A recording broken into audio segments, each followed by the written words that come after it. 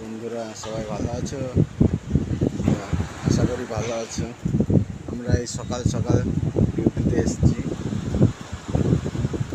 মালদ্বীপ হানিমধু international airport তৈরি হচ্ছে এখানে। তো কিছু কাজের ভুল হয়েছিল, সেগুলো সংশোধন হচ্ছে, মডিফিকেশন হচ্ছে। আমাদের ওয়েল্ডার মিস্টার জয়দুল হক ওয়েল্ডিং করছে। ওইদিকে দুইজন পেন্টিং করছে, পেন্ট মারছে।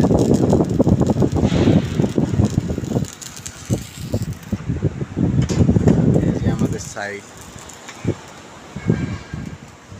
এটা হচ্ছে জিটিভি বিল্ডিং। বিল্ডিংটার নাম হচ্ছে জিটিভি বিল্ডিং। আর হচ্ছে বিল্ডিং, ওটার অলমোস্ট কাজ কমপ্লিট হয়ে গেছে আর ফিনিশিং হচ্ছে। সাইডে এসিপি প্যানেল আর গ্লাস লাগা আছে।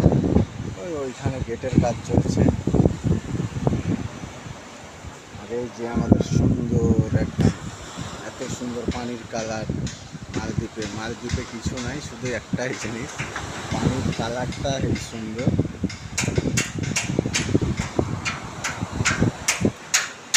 পানির কালারটা দেখবেন,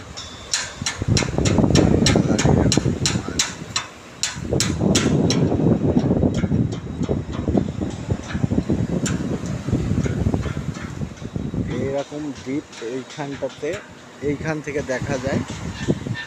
এটা হচ্ছে হানিমধু, এই দ্বীপটার নাম। আর বাকি আরও অনেক আছে। এইখান থেকে ম্যাক্সিমাম 13-14টা দ্বীপ দেখতে পাওয়া যাচ্ছে।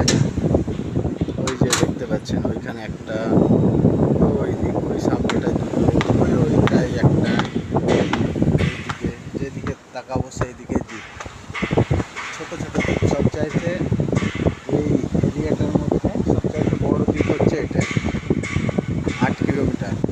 8 কিলোমিটার দ্বীপের মধ্যে 4 কিলোমিটার এয়ারপোর্টের এরিয়ায় পড়ে।